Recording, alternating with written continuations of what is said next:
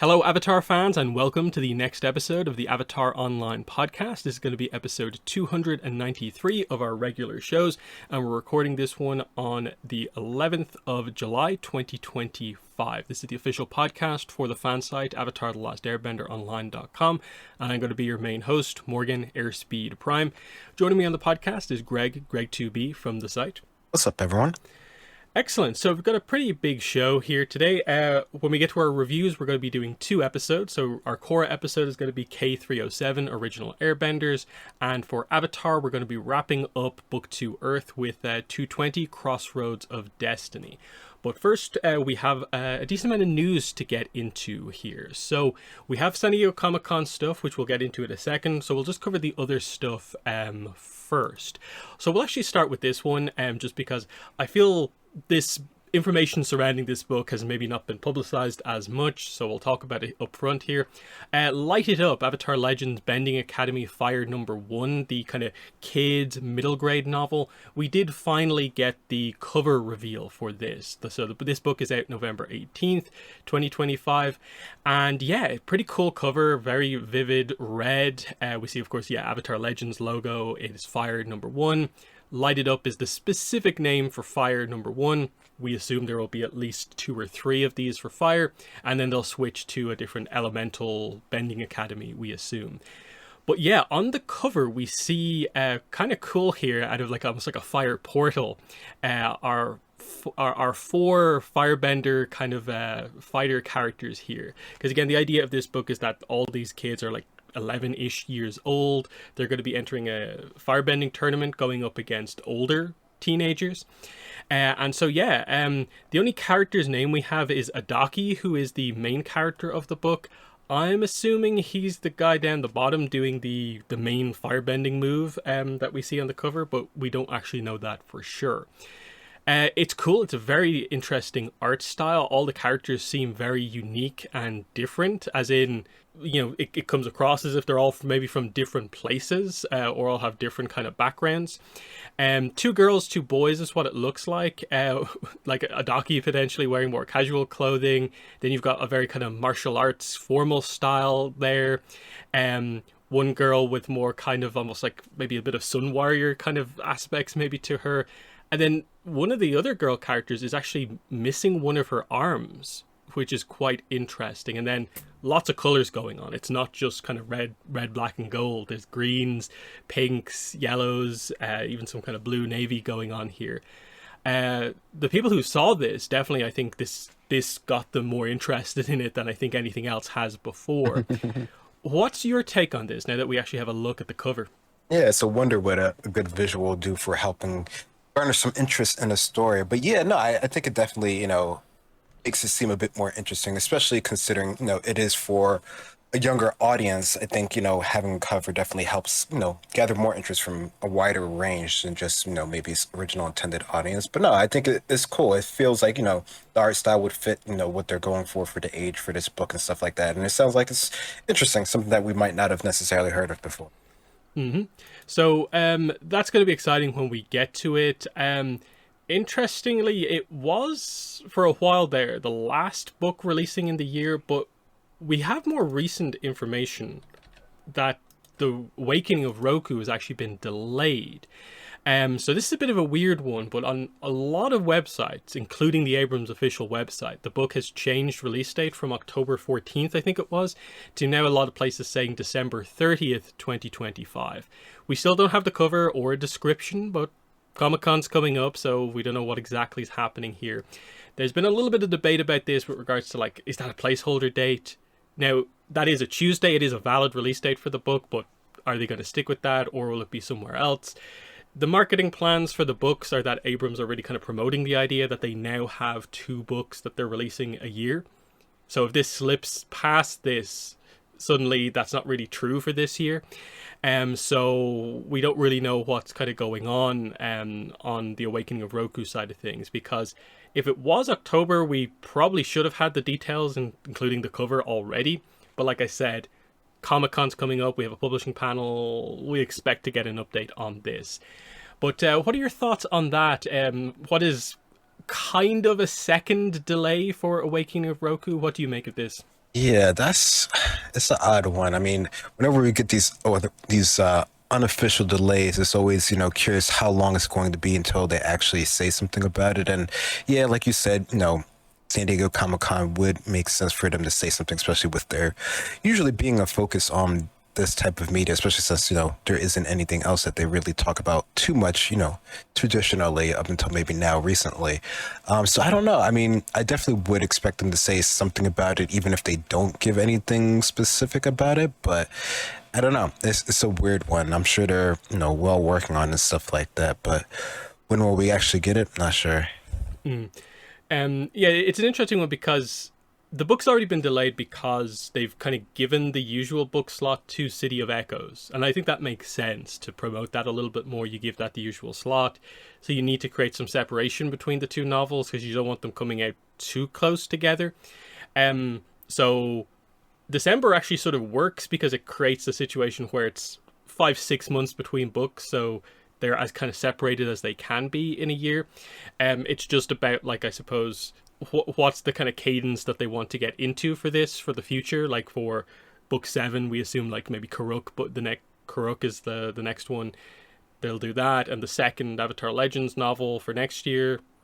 But they're kind of sorting that out because it is their first time having to deal with the fact that they have 2 new books in a year. So hopefully they sort that out and we get the details soon, because yeah, people are asking like, hey, when's Roku Book 2 coming out? What is it actually about? And this is going to be a pretty big delay between books, so it's an interesting one there. On the City of Echoes front, that book is only like under 2 weeks away at this point. So we've got the previews and stuff like that. A bit of an awkward situation there where we got the more sort of standard previews from like Google Books and stuff like that before we got the like exclusive first excerpt. So the marketing was a little bit behind where they needed to be on this, but the previews basically is like we get the first like 5 chapters of the book if you go on Google Books. Otherwise, the main one that they were promoting was, I think, what was it? Comic Book Resources, I think, got chapter 4. And then I think the Indigo, the Canadian publisher, got the first 2 chapters. It's pretty cool. And the big kind of unique thing from it, in terms of seeing content from the book for the first time, is that it's written from the first person perspective. So it's about Jin, and so you get like, I did this, I'm doing this, which is a bit different than the other ones, which are third person. But otherwise, it's a pretty nice intro to the book.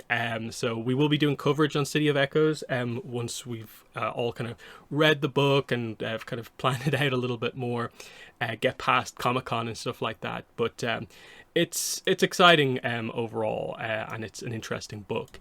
But Greg, what are your thoughts on City of Echoes based on some of the previous stuff and just the fact that, hey, new book in under 2 weeks? Yeah, I think it's the previews that they have for it are pretty good. I think once you get into it, it's pretty interesting. It was, I think it's always something to note that it is, from, a perspective of like a minor character, that one that we wouldn't necessarily, think too much about. But I think, it helps that it's, in a period that we are, relatively familiar with. Of course, it has characters like Zuko in it in some capacity. That's going to be cool to see, how things look. And I think it's just an interesting perspective of Bossing Say from another person who's just like, a regular resident, someone from the lower ring, and how they interact with the city, especially during that period of time. So I don't know. I'm kind of more interested in it now, having read the previews, than I was before when I didn't really get fully what they were going for. Yeah, because it is cool, because in the preview we do get to the point where it's like, oh, Jin actually witnesses the fight between Zuko and Jet. And so it's like, oh wait, she was actually there, and that's like just before her date happening. So she knew about that, and it's interesting. And in general, that's the kind of idea of the book, is that it's Jin as the unsung hero character, and actually she was more intertwined in the Bossing Say arc than we thought. So you get to see the other side of the coin here, as we get kind of before, during, and after the Bossing Say arc with Jin. And that's the kind of fun factor and the whole premise of this book series. So will be fun to review that when we get around to it. But before we get into Comic-Con, the last kind of big news to get into is that we have had some of the initial information for Avatar Magic the Gathering come out. Now, of course, they announced it before, but now we actually have our first card, and we actually know what products we're going to be getting as well. So I'll go over the product stuff first. This is just kind of early kind of allocation kind of pre-order stuff, but at least we know what we're getting here. So there's going to be a beginner box, a bundle, a collector booster box, a gift edition bundle. There's going to be a Jumpstart 2-pack, Jumpstart booster box, play booster box, a pre-release kind of set as well, and a scene box. So the most notable stuff here compared to what I think we were expecting is that there's no commander pre-constructed decks. That was the thing I think most people were expecting, and maybe the most anticipated thing. They're not doing that. The most surprise thing that seems to be replacing it is that they're doing Jumpstart booster packs instead of that, basically. Now, this does mean we're getting an entire different structure of booster packs, like in addition to play boosters. The whole thing with Jumpstart is that you buy 2 packs, you kind of shuffle the 2 packs together and you have a deck. So the idea is each booster pack is a sort of themed half deck. So if you buy a bunch of booster packs, you're getting sort of a bunch of options to construct sort of like basic decks. And that seems to be the kind of idea with Avatar here. There's a lot of entry-level products here with the beginner box, which is also done kind of like Jumpstart. The standard stuff is, of course, the play booster boxes, the collector booster boxes, and the 2 bundles. And then the only time I think previously they've done scene boxes is for the Lord of the Rings set and the upcoming Spider-Man set. But that's going to be cool because it'll be an easy way to get your hands on a bunch of full art cards. So interesting, some slight disappointments here just because of the lack of commander decks, but this actually is a really interesting lineup of kind of products that we're getting, highlighting that like it is a full Magic set as well. So what are your thoughts on the kind of product listing stuff here? Yeah, I mean, from everything that I've read about it and some of the stuff that you said before, it seems pretty cool that we're actually getting enough of it to actually play, you know, full out just with the Avatar cards. And, you know, you can mix them into other decks, which is always like the biggest and coolest thing in Magic in general. So no, I'm interested to see how it really turns out in the end. Mm-hmm. So yeah, we have no pictures on any of this stuff. Maybe Comic-Con might reveal some of this stuff, but the big thing is that they're teasing the next kind of major reveal for Avatar is that they're doing a stream on August 12th where they're going to give us our first look at the gang in the set. So I'm assuming in or around that time we'll have full listings for the products and stuff like that. But they have teased their first card, so they actually showed off what effectively is probably going to be one of the big chase cards from the set. We know that this is going to be only available, at least this version of the card is only going to be available in the kind of fancy, expensive collector boosters. There will be a standard, normal kind of border version of this card. But the card we were shown off is the fancy kind of full art raised foil double-sided Avatar Aang card here at Mythic Rare. So it's kind of 2 cards in one because it does flip over, so it's kind of cool here. Art by Brian Konietzko, both sides of it. They even showed a video of him kind of doing the art process on this, so they're really promoting the idea of, you know, there will, I guess, be a few creator kind of art cards here.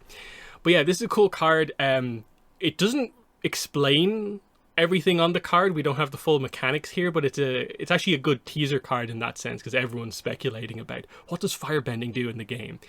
I'll quickly read out the card and we can just kind of minorly discuss it here. But yeah, Avatar Aang, he costs red, green, white, blue to cast, so 4 colors. He's a legendary creature, human avatar ally, Mythic Rare. He's a 4/4. He has flying and firebending 2, which we don't actually know what that means. But then his main effect says, whenever you waterbend, earthbend, firebend, or airbend, draw a card. Then if you've done all 4 this turn, transform Avatar Aang. We also see here, there's a quote here from the Southern Raiders, which is kind of nice. But yeah, transforms into Aang, Master of Elements. Legendary creature, Avatar Ally, so the human tag drops off. Flying, no firebending 2. Crazy effect though. Spells you cast cost white, blue, black, red, green, less to cast. At the beginning of each upkeep, you may transform Aang, Master of Elements. If you do, you gain 4 life, draw 4 cards, put 4 +1/+1 counters on him, and he deals 4 damage to each opponent. And he's a 6/6. So everyone, I think, Magic or Avatar fan, has been like kind of freaking out about this, because it's a very powerful card, of course, for what we assume will be a possible deck, of all 5 colors to actually do. Crazy kind of stuff going on here with the idea that you keep flipping him back and forth to kind of power him up, and it just seems like it's a card that kind of does everything. It draws you cards, has like flying, and then like the spells on the other side cost less to cast, and then it just does everything if you flip it back over. What are your thoughts on this? Just everything about it, the art, what it says about maybe what the set might be about, that sort of thing. I mean, the art for it is really cool. I saw the breakdown of how he drew it and stuff too, and that was nice to see the process for that as well. So I think they definitely did a good job, and it's cool that they're getting some of the creators, their actual art in it, which I guess it makes sense for them, because he's always done stuff like that before. So no, I'm definitely looking forward to see what the other ones look for us too. But yeah, in terms of mechanics, I don't know that much about Magic, but that definitely does feel like that's quite strong from what I've seen from other people play in the game when I watch them online and stuff. So no, I think that's pretty cool. It's going to be interesting just to see how well it meshes within the system, but I'm sure they've thought about that well by now. Mm-hmm.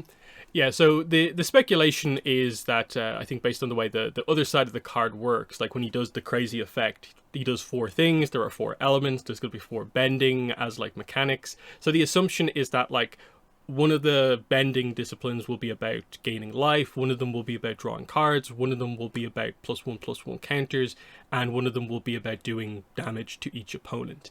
And then like thematically you can maybe figure that out, that Firebending 2 is probably the direct damage one, that kind of makes sense. Earthbending is probably the counters, because it increases your defense and your offense. Leaving kind of waterbending and airbending to maybe fight it out for like which one fits better for like card draw versus life gain. But yeah, they're teasing the idea that like they purposefully did this without revealing what firebending does. So like we have no idea like when it activates. Is that when Aang attacks, firebending happens? Is it when he enters the battlefield? We just don't know. But there's a lot of reveals that are still going to come out, because I think a lot of Avatar fans are going to play this as well, because it's not just the physical product. It will be available on Magic Arena, the kind of digital platform that you can play. So it's worth kind of putting some time in to learn how to play if you want to kind of get involved in the Avatar set when it actually comes out. And like I said, August 12th, they're doing a Twitch stream where I'm guessing we will, at the very least, get a look at a card for each of the Team Avatar members. So that's cool. And part of the reason I'm focusing on this so much is just that, like, this is actually a collab that, like, if you're not really into TCGs, you might think that, like, what's different with this than anything else? But this is going to be huge for Avatar when it comes out. Like, if anyone's seen, like, how well the Final Fantasy Magic set is doing, that just released, like, a few weeks back, it did crazy well, and I think the expectation is that this is going to do super well for Magic and probably for Avatar as well. So it's a notable thing that we get this Magic set. But yeah, we'll get to the big piece of news now, and that is the San Diego Comic-Con 2025 information. Now, the full schedule is still coming out. Right now, we only have the full schedule for Thursday and Friday. So we don't have the full schedule for Saturday and Sunday. But we already have 3 Avatar-specific panels, and I think that's probably the most we're expecting or we're going to get. Because one of the key pieces of information before all this happened that they revealed is that basically none of the main studios for any movies are really attending the event in terms of like doing panels specifically about like specific movies. So like we're not expecting a Legend of Aang The Last Airbender panel. That might have been the extra one, but they're not doing that. So I think we have everything we're going to get. So I'm going to quickly just go through like what the panels are, and then we can discuss the kind of press release about what's happening at the booth that they have. So the first panel, the main one, is the Nickelodeon Avatar The Last Airbender 20th anniversary panel. So this is Thursday from 10 to 11, Ballroom 20. 20 years, 4 elements, 1 avatar. Nickelodeon is celebrating Avatar The Last Airbender's 20th anniversary with a panel that will take fans on a special journey through the legacy of the Avatarverse. Join original voice cast members Zach Tyler Eisen, Jack DeSena, Michaela Jill Murphy, Jenny Kwan, Dante Bosco, and Dee Bradley Baker, series composer Jeremy Zuckerman, and creators Brian Konietzko and Mike DiMartino as they celebrate one of the most beloved animated series of all time, moderated by Janet Varney. Yip yip. So yeah, that's an interesting one. The entire kind of theme of Comic-Con this year for Avatar is the 20th anniversary. They even have a logo that they show off in this article, which is kind of cool. So it's 20 with the 0 kind of being Aang's arrow, which is kind of cool. But yeah, we'll start with this one here. So what are your thoughts on this? The kind of podcast panel replacement for this time out is just the anniversary panel. Interestingly, they have Mike and Brian there, which they don't often get, or they haven't got in quite a while. I can't remember the last time Mike and Brian were on one of these panels, but it's notable that they're here. But the description doesn't mention anything about news. It seems to all be about reflecting on Avatar. So what are your expectations for the anniversary panel? Yeah, I mean, what they're, breaking down here, and from everything that we've seen before, I wouldn't really expect any news or anything like that. Like it does really feel like this is a more like hyped version of their typical sort of legacy panel, which they also have that as well. But this is like, mainstay one, since they actually get the creators and most of the voice cast and everything like that. So I don't know, it seems like it would be definitely a good time if you're there and you want to, just revel in Avatar and all that sort of stuff. So no, I think this is probably, a good, if they're using this as a replacement for the podcast one, like this seems like this would be, the way that they would do it for this one and make it seem special and have, all the extra fun stuff that they would do at one of these ones with the actual creators. So I think that definitely makes it sort of like worth it to have it compared to some of the other ones that they typically have when they don't really have that much to do overall. So no, it sounds cool. It definitely sounds like it's one that will probably be the most popular out of the 3 that we know of right now. So no, this seems cool. Yeah, like the big question is like news, like why are Mike and Brian here if they're not doing news? Because otherwise this panel reads as like you kind of said, like every other voice actor focused panel we've had over the last like 10-15 years.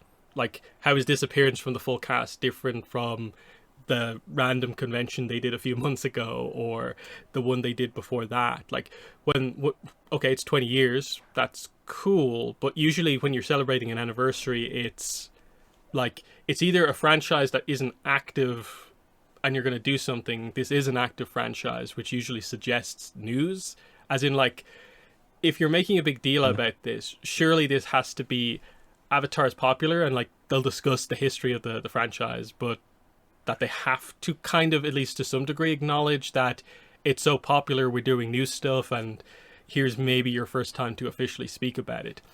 Mainly just because Mike and Brian have been so, like, I don't know what the best word is to describe it. They've been so reticent to talk publicly about the Avatar Studios project. But now both of them are officially announced, revealed. Kind of feels like they're finally in a position where, like, if they don't say anything here, kind of what are we doing? Obviously, like, we're not expecting giant news at the very least. Like, there's not going to be a surprise trailer. We're way too far out. But, a teaser image or something like that, I think, is maybe something that could happen. It's going to be interesting to see how they lead into this, if a giant deal is being made out of this, or if it is just podcast panel plus type thing. The only reason I maybe suggest news is because one of the very interesting things, as we'll go through about the booth, is just that they are technically selling movie merch at the t-shirt booth, which is interesting. Now, I'm assuming it's probably just going to be the logo on a t-shirt and a tote bag, but still, if you're doing that, I kind of like you should talk about it to a certain degree. But we'll get back to that. So yeah, anniversary panel, no real suggestion, mention of news. So if they do anything, it's going to be a surprise piece of news. The second panel is the Merch Nation, Avatar: The Last Airbenders toys, games, and action figures. Also Thursday, a couple hours later at 1 to 2, Nickelodeon and its Avatar toy partners give a preview of the all-new toy and games lines launching this year, plus a reveal of what's on shelves for the holiday season and other surprises. Trivia, chance to win special prizes.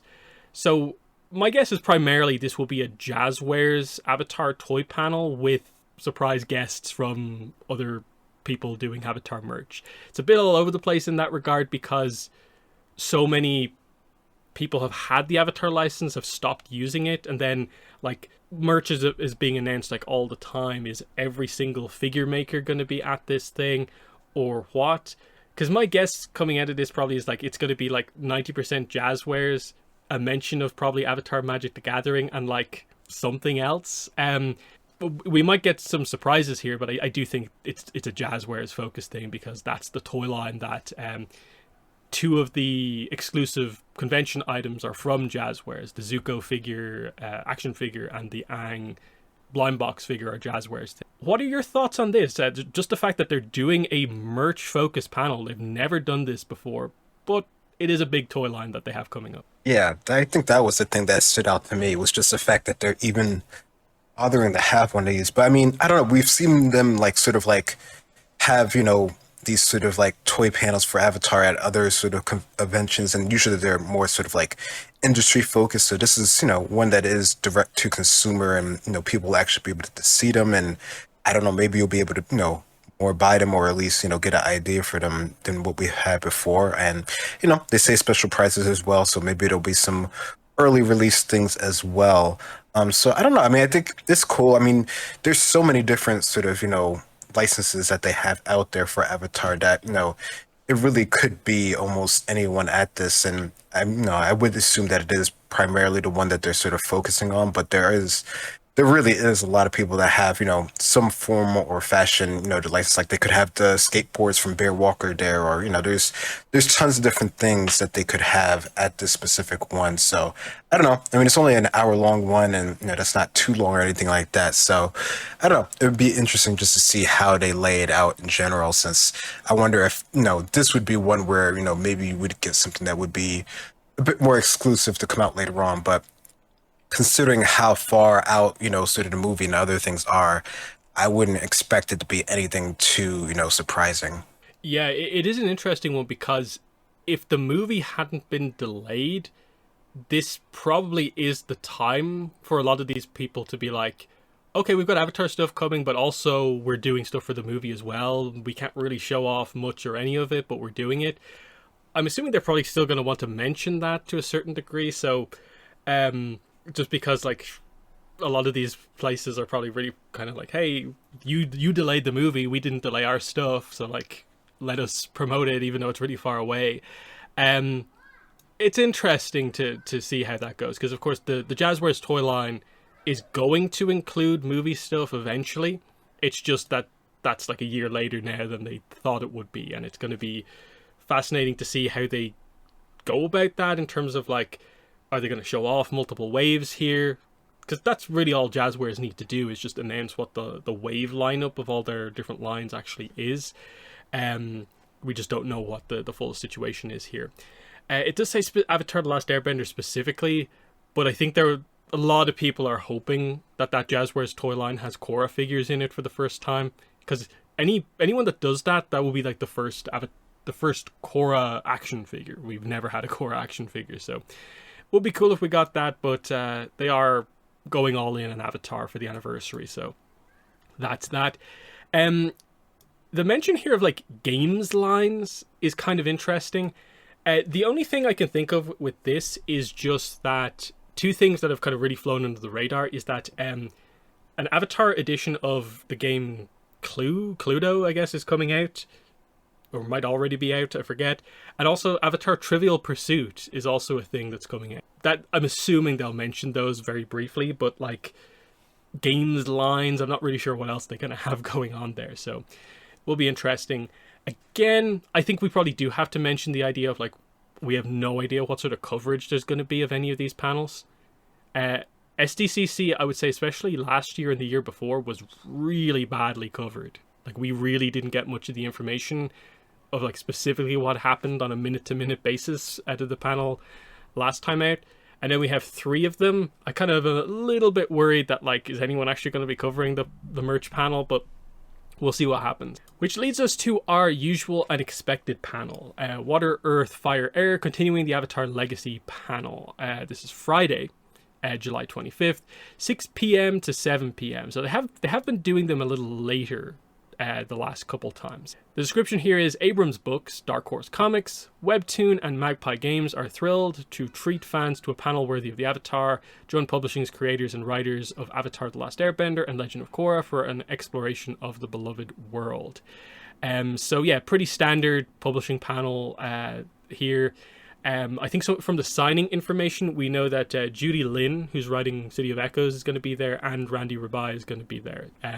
Don't think we know what the full lineup is otherwise, but I'm guessing it will be the usual thing where you have like Cara O'Neill as the moderator from Dark Horse. I assume you'll have someone from Webtoon there. Though I suppose we might maybe need to bring up the whole Webtoon fiasco here about how badly communicated the Korra announcement was. I wonder, will they say anything about that? That'll be interesting, because Webtoons have been at the last few panels and it feels like they haven't had anything to say whatsoever. And it's like, are you really just going to mention what you already did via press release at a panel? I don't really know. But yeah, this is a required panel. Dark Horse especially need to announce stuff like badly. Abrams, of course, their first panel talking about the fact that they have 2 book series ongoing at the same time. That'll be exciting. Not sure what Magpie are going to talk about, because, okay, Voyage of the Unity is a thing, but it's not really their thing exactly. So are they actually going to say anything about like the Spirit World book? That would be a big thing. And then I'm guessing, even though it's not really mentioned here, there will be some mention of like the other publisher books. So like they'll mention like the baking book, and most notably like the Bending Academy stuff. This would be the first panel that really gets talked about at. It would be cool if they maybe did show off some of that stuff. But yeah, I think the big things for this are Dark Horse realistically have to make at least 1, but actually in reality probably like 3 comic announcements here, because we need the next Avatar one-shot, Korra one-shot, and from the anniversary press release, the comic miniseries, whatever that is. We're still waiting for that. And then Abrams, of course, detail Awakening of Roku. But yeah, what are your thoughts on the publishing panel this year? Do you think they'll deliver more than previous years? I don't know. It feels like there's a lot more that they could deliver. It feels like we've been waiting for a lot of stuff, or stuff's just sort of like in a holding pattern, which is unfortunate considering we were thinking that this would be the year that we were going to actually have a lot of stuff, especially before, the movie and all that stuff sort of drops. So I don't know. It's unfortunate that we're not exactly sure how they're going to be about it, but I don't know. The fact that they're having this panel still, and they still seem like they're committed to it and all the other stuff, that gives you some hope that there is going to be more coming out here. But I don't know, with how they're seemingly trying to coordinate everything going forward, I don't know. I might not be surprised if some things were sort of pushed a little bit, just to sort of coincide with things a bit better. But I would think that we would get, some notice on things to actually come, even if we don't actually get to see much on it. So no, I really hope we do get, a good bit about his stuff. And I hope that we actually learn about it too, because this one, a lot of times, unless it gets sort of the typical sort of like CBR release, like right before the panel or something like that, it takes a while for us to actually know what happens in it. Yeah, and that is the interesting thing here, is that like I think the movie is going to kind of hang over like all of these panels, because realistically, we assume most of these companies had their stuff planned to be ready to go for, I'm guessing some of them for the original October this year date, some of them for the January date, and it's a shock to most of them, I guess, that it's basically been a full year delay onwards into October next year, which would mean that like we go from this panel, like if that delay didn't happen, probably would be the debut or the first mention of a lot of like movie related kind of books, and a lot of these publishers mentioning that they're doing a lot of stuff that's going to come out in or around the movie. We're still quite early at this point, but that's still kind of stuff that all these publishers will have going on that now they have to hold for like an entire year. And so the question is like, what was Dark Horse planning to do when the movie comes out? Like, was it a giant lineup of books that takes things in a different direction? Or actually were they always planning to do mostly non-movie related stuff, so it's not really affecting them? I think the novels aren't really going to be impacted all that much by that. Webtoons shouldn't mean anything. Magpie, it's kind of like, maybe. So it probably does mostly come down to the fact that, like, I guess the likes of Penguin Random House are the ones affected, because we did, I forget if we actually talked about this or not, we did get that kind of information from like Edelweiss that like there was a lineup of initial Avatar books that are going to be coming out. Let me see, can I find it here? Yeah, I have it here. On the I Am Sokka book on Edelweiss, it mentions this in the kind of marketing points. The Spring 2026 Avatar movie program includes a junior novel, an 8x8 SI Or, a little golden book, and a full color sticker book. And then they mention like the non-movie tie-in books we have are, you know, these two books. So they had like a full 5-book lineup here. I don't think they're going to talk about that here, just because the movie has been delayed, so those plans are delayed. But it highlights that these publishers have been working on Avatar movie related books, and so it will be interesting to see, like, is there less announcements because of that kind of moving things around or not? And the same is true for like a lot of the merchandise as well. We need big announcements, like Dark Horse especially, like that's definitely the big thing. I suppose the question is, how many of the kind of expected announcements do you think actually will happen here? How many of them will they save maybe for New York Comic Con versus here? Yeah, that's a good question there. I mean, I don't know. I feel like with everything being pushed, I wouldn't be surprised if they kept more for New York Comic Con, especially a lot of the more sort of, media, paper, written read type stuff that, usually seems to do pretty well at New York Comic Con. Versus, SDCC, with it usually being more film and TV focused. Not that there's a lot of that to be had right now, unfortunately.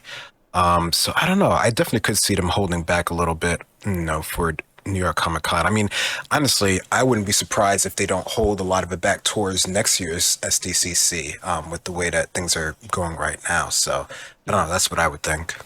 Yeah, it's just, I think it's frustrating for a lot of fans because, of course, they wrapped up their comic schedule for the year in March. Like, that's when Ashes of the Academy came out. So if they don't have a book for like February, March next year, we're going like a year without a comic when we should be getting more comics than ever. So that's why I do feel like at least one of those announcements probably has to happen here. I think most people would like it to be the Korra comic, just because I think a lot of people are very confused about why there's been no kind of announcement of continuation already, because a lot of people are confused about the switch to one-shot comics for Korra and what that means with regards to the Mako comic and then whatever's coming next. Avatar's like, okay, like whenever you do that, the comic miniseries, depending on what on earth it is, if it is planned for this year, I guess they'd have to do it here, because New York Comic Con doesn't leave them a lot of time to actually like get it out there, kind of. But we'll see what happens. The last thing on the news that we need to talk about is that they did actually put out a full press release, mainly about the 20th anniversary panel, but also covering kind of what Avatar stuff is going to be there on the show floor. So they highlight that, of course, 20th anniversary, big celebration at Comic-Con, 1,800 square foot booth on the convention center floor that will bring all the elements together, immersive experiences, special photo op opportunities. They're really promoting this. You've been to a bunch of these cons. 1,800 square foot booth. Is that significant, or are they overhyping what's going on? Let us know. No, that's pretty sizable.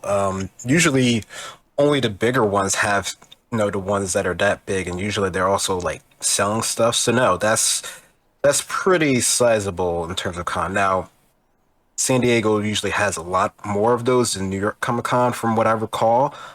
So it might still have a good bit of competition to go with it. But no, overall, that's a pretty big one. I mean, that's the ones that get like the nice carpeted floors and have like the really good stands and everything like that. And unfortunately, are really hard to get past because everything's overcrowded. But no, they're pretty cool to look at.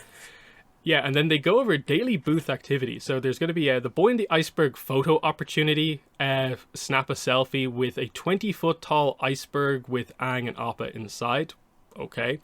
There's going to be a Wulong Forest GIF activation. Upon entering the activation, the towering rock columns of the Wulong Forest will come to life in this 10-foot tall recreation of the memorable landscape. Step into the forest photo booth for a shareable 180-degree digital GIF. Okay. Appa photo and digital GIF opportunity. You can stand beside a 9-foot tall Appa, snap a photo with the iconic Sky Bison. Once finished, you'll receive a special printed photo, shareable digital GIF on the device. Be on the lookout for a surprise appearance in the GIF, okay? And then augmented reality bending journey, okay. My cabbages, if you attend early, you'll get a cabbage merchant tote bag, I guess, cabbage recipe card, overall. Then, like I mentioned before, customized baseball t-shirts and tote station, with the idea that for Avatar, there will be Avatar The Last Airbender and Legend of Aang The Last Airbender as things you can get on t-shirts and tote bags. Now, taking this literally, this suggests there is a visual for the movie here. I'm assuming you were not meant to take it that way and that it probably is just the logo. Which would probably make sense at this point in time, but at the same time, that seems a little bit like weird that like that's the merch you're doing for it. Is that like just people are gonna go for the logo just because it's new, I guess. I really want to know what happens there, but we'll get through all this. Then this one's a bit weird. Like, choose your nation. A special avatar customization feature will allow you to pick the 4 nations or an overall ATLA item. I'm assuming that's connected to the t-shirt tote station, but I'm not sure. Autograph signings, so a bunch of the voice actors like Jeremy Zuckerman and so on are going to be there. Costume character appearances. You can purchase exclusive figures, collectibles, t-shirts, pins. Giveaways are happening as well. And then there's also an outdoor activation at Petco Park, which is a Magic the Gathering avatar activation where you will get a special Katara promo card. So I guess we'll get our look at our second card from the con. There'll be a Cabbage Merchant cosplayer there for photo opportunities. You'll get a bag and a recipe card from the baking book. Fun. They seem to be going all out for this. And also at the end of the press release, they do have a little bit on the movie. Animated feature Legend of Aang The Last Airbender will be released by Paramount October 9th, directed by Lauren Montgomery, co-directed by Will Mata. The movie catches up with Aang as a young man years after the events of the series. So that little one-line like description is kind of new, because I think this is just a straight-up press release here that I've linked. So that's nice to know. That's cool that they kind of added that in there.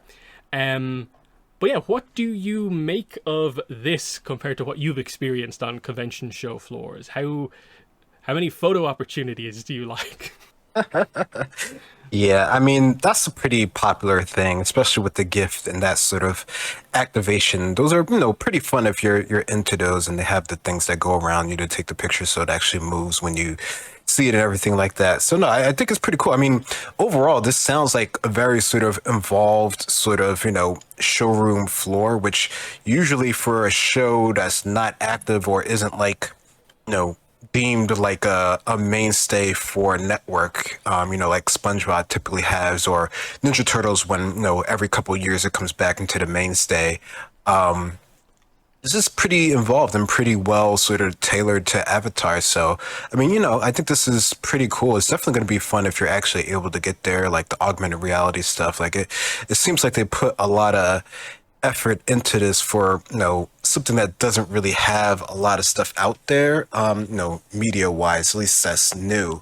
But no, it does have a big history. It does have a big legacy. It is 20 years at this point. So I think it'll definitely be pretty popular. It'll probably be too popular to get to once the day starts going, if anything speaks like most of these conventions. So you definitely want to get there early if this is something that you're interested in actually doing. So no, I think this is pretty cool. This is, I don't know, whenever you see these, they're pretty cool and you can, play around them. And it's cool to take pictures even if you don't actually, get into them because they can be quite crowded and the line goes around and around for them. Yeah, it's an interesting one. I think people are in this kind of weird situation where they really want to assume that this kind of means that there probably is maybe something that's more of a teaser for the new stuff coming out versus they're not going to do that at all. Yeah. It feels weird that they're going so all in on like just ATLA, the 20-year-old show. Remember the 20-year-old show? Everyone likes this. If there isn't like, and here's what's next, somewhere in the middle of all this, like, when you get to the t-shirt station, like, is it just the logo or will they have like an image to go with that just to kind of tease it a little bit more that like, hey, it's a long way away, but there's a movie for this franchise coming out in a year and a bit. This is why you should be excited. Because again, like they say like the movie catches up with Aang as a young man years after the event of the series, but like show us what he looks like now. Especially because like there was like leaks from the Sonic racing game, like where they're using that design. We've had 2 leaks of that design. Show us that. That's not too much of a spoiler ahead of time to do something like that. And again, I think there is an expectation from that main panel that there's something to be said at the end, even if it's not much in terms of news. Like, will they, quote unquote, waste this opportunity to do a bit of early promotion, or is it just ATLA 20th anniversary toy line? That's it. That's what we're doing. It's going to be an interesting one to see how exactly that all goes. But they're certainly going all out. Like, this is the first time ever we've had 3 full official Avatar panels here. Like, there's no fan panel here like there was in like years past where like it'd be fans organizing it to get some voice actors. Like, these are 3 full official panels, publishing, merch, and like the podcast main panel. This is a step in the right direction. It's just we're so close to kind of getting started on kind of like marketing for the new stuff. It's just like, what are they actually going to do or not?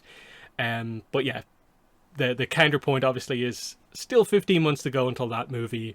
They don't overly promote stuff that far out, but it has been very, very heavily delayed, and people are having doubts about this. It would be nice to have a positive takeaway from Mike and Brian, but I don't know. Do you have any hope at all for even like a tidbit of information about the new stuff coming out of it? I don't know. I mean, I would hope that they would have at least, the logo, since we already know that, of course, that it actually is coming in with the date that they have now. But considering how, I don't know, loose they are with the date moving around and stuff, I don't know if they want to like, hard set that in any sort of person's mind at the panel itself. But I wouldn't be surprised if they mentioned, that there is a movie coming up that is something that you should look forward to.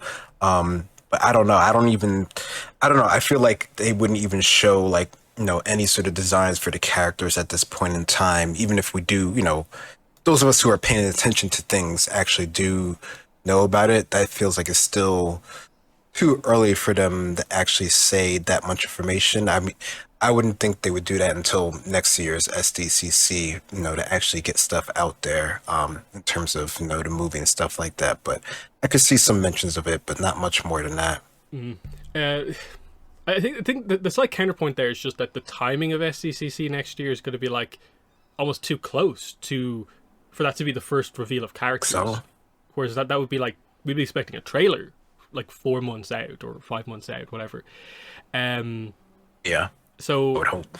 yeah, the timing is kind of super weird, where like the gap between like this year's New York Comic-Con and next year's SDCC is, we'd expect some sort of marketing to happen in the middle of all that. Obviously, that's where CinemaCon probably comes into play. That's been what we've been expecting an update on for a while. They have to get that right in like February, March next year, whenever it is.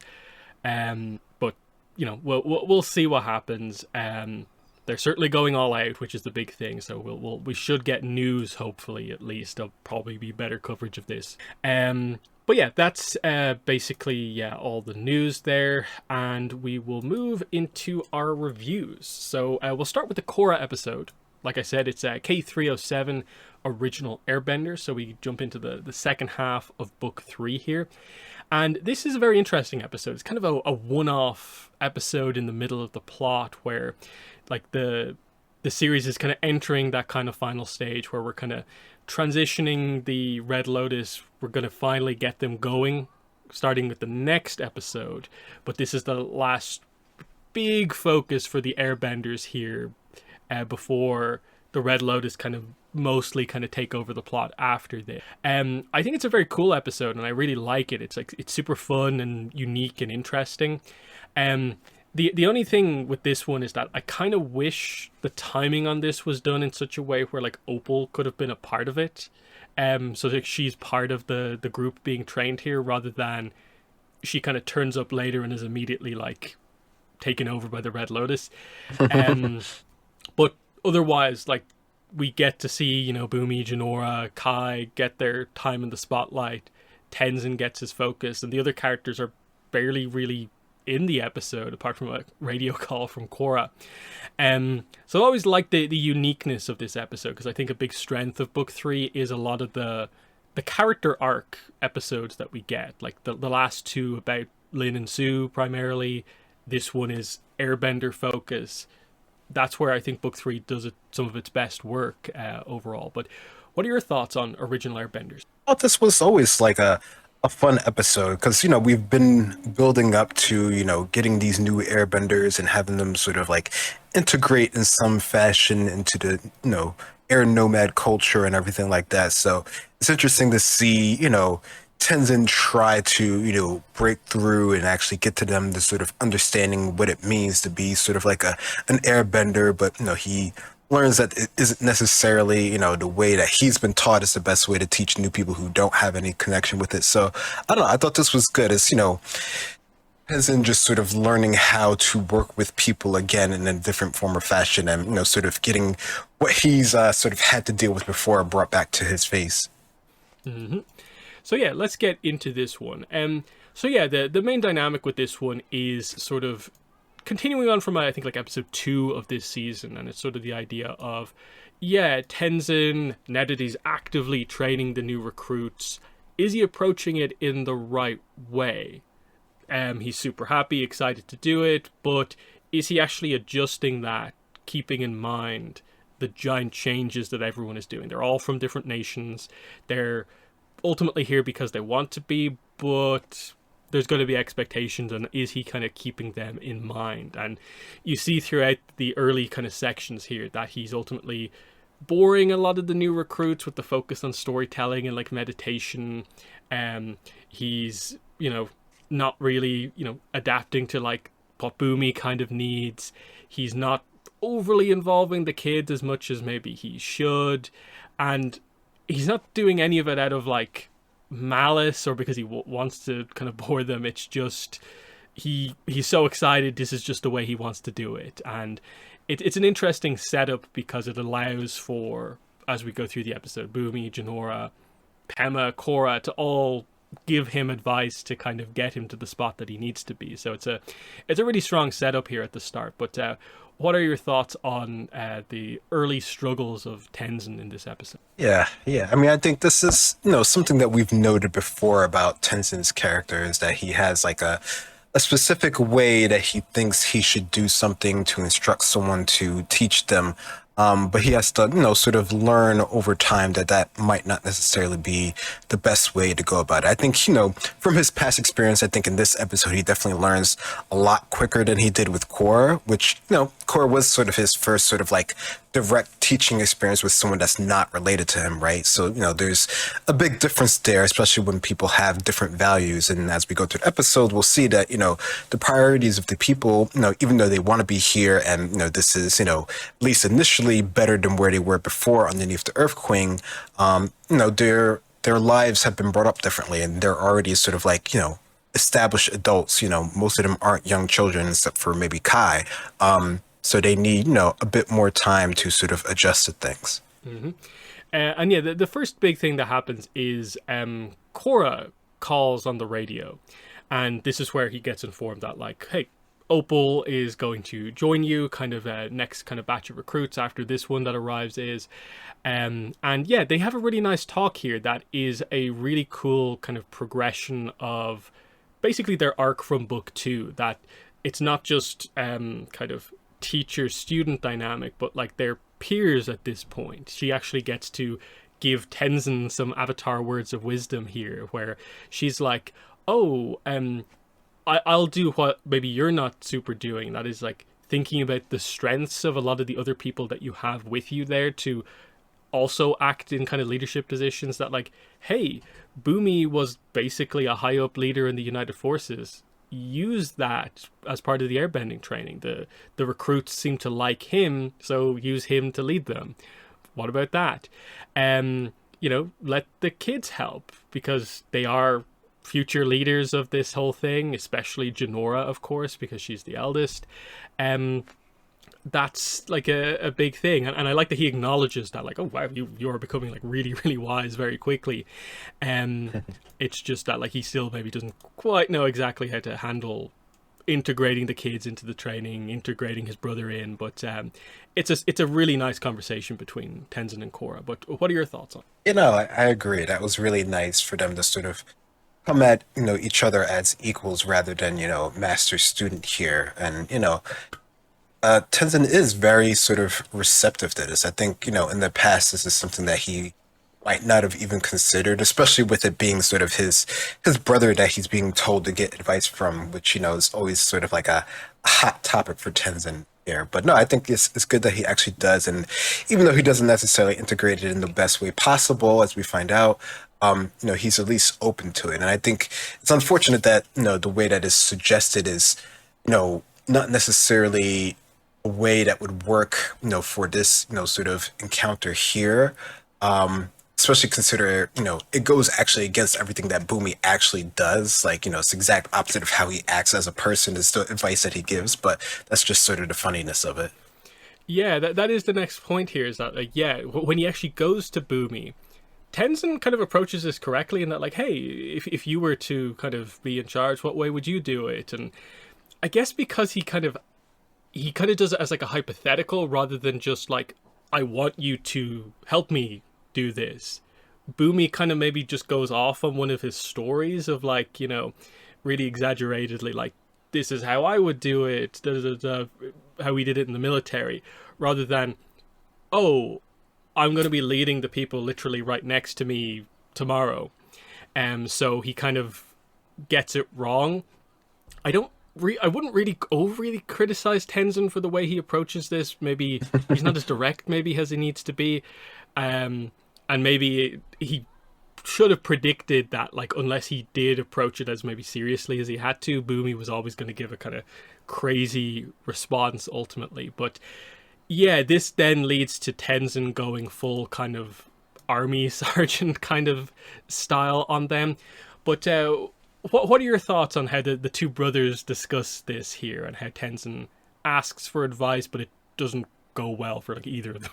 Yeah. I mean, that's, the funny part here is because, Boomy does give, I mean, his experience is in the military. So, of course, he would sort of think of doing that. And it didn't even seem like he was, particularly like joking or trying to do sort of like one of his sort of fanciful stories that we find out later on are probably actually true in some form or fashion. He's just giving his sort of experience. And I think, Tenzin, he tends to go sort of like all in on whatever he's sort of about right now. So before he was going like really sort of like direct and sort of boring-ish about sort of like the history of the nomads and their culture and stuff like that. And now he's doing sort of like the 180 where he's still really into it, but he's really sort of focusing maybe too much on the actual sort of bending aspects of things and sort of drilling it into them. So, there's a balance that he has to find, and this isn't quite there yet. But, Boomy's always sort of like out there with the way that he responds to things. So I don't know, maybe Tenzin should have been aware of that, but I think Tenzin is really looking for a way to, help in, the new forming the new Air Nation right now. So he's sort of like taking it directly instead of sort of interpreting it a little bit. So yeah, this leads to this kind of early morning hike and meditation situation, which is then followed by the kind of balancing exercise test where they have to balance on posts while holding up a feather with airbending, while the lemurs are also kind of messing around.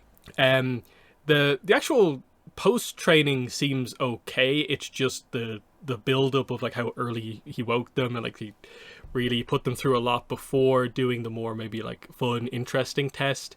And we see kind of like Boomy beginning to regret the advice he gave him, and this all comes to a head then on the obstacle course where everyone makes their way up. It's tough, but they seem to be ultimately getting through. Boomy has one more jump to make basically, but he fails at it because Tenzin's kind of like berating him and going full like drill sergeant on him.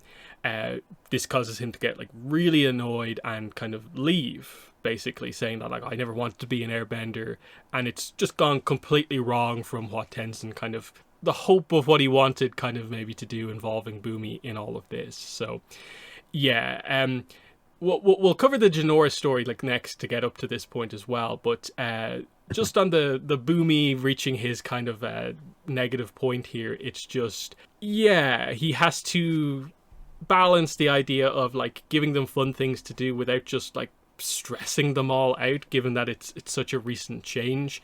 None of the stuff here seems like awful with the whole obstacle course thing, but yeah, you went a bit overboard, I think, with this. But yeah, what are your thoughts on the kind of rest of the Tenzin Boomy stuff? Yeah, I mean, the actual course and stuff like that, like you said, isn't particularly too bad. I think it's pretty interesting to see that the way that they actually do sort of the training here, especially considering like, most of what we know from before, is just sort of like direct sort of save from various characters. So it's cool to actually get to see the training here. And I wonder how it would have been if it was for, people who actually sort of like grew up in the culture and sort of knew sort of these, sort of ideas already ahead of time. Because, they'd probably be maybe a bit more adept at it, but we can see some characters are pretty strong at it. Kai, of course, is pretty good at most of these things.